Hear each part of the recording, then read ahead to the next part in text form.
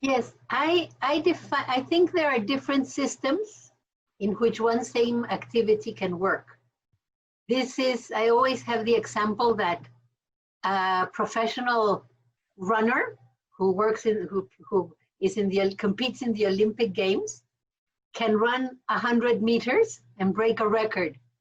But a mother who sees her child in an accident can probably run just as fast. And it's the same activity, but one is saving a child and the other one is being in a race. I think the same is with art.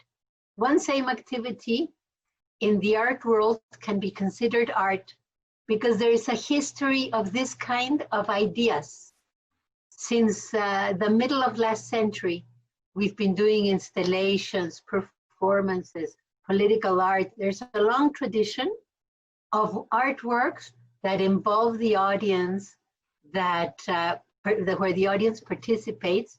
So in the art world, by most people who have information about contemporary art, this is very clearly art.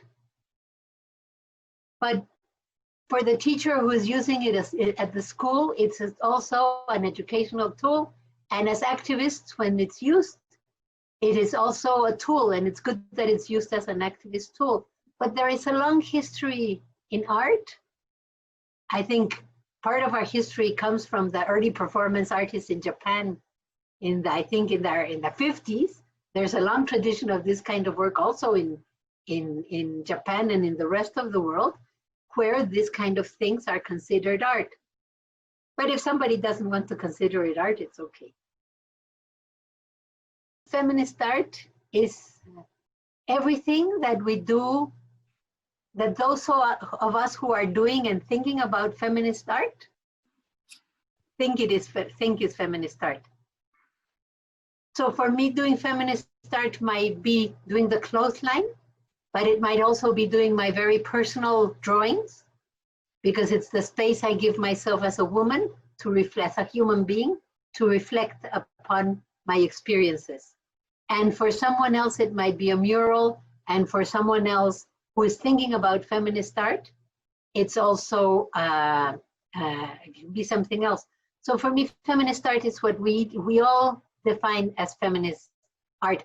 Usually it has to do with a kind of work that is trying to question the stereotypes, the sexist stereotypes, and is trying to question the traditional works in which we think about art, which is usually a genius, a white male genius doing artwork, and a system in which art is done individually and not collectively.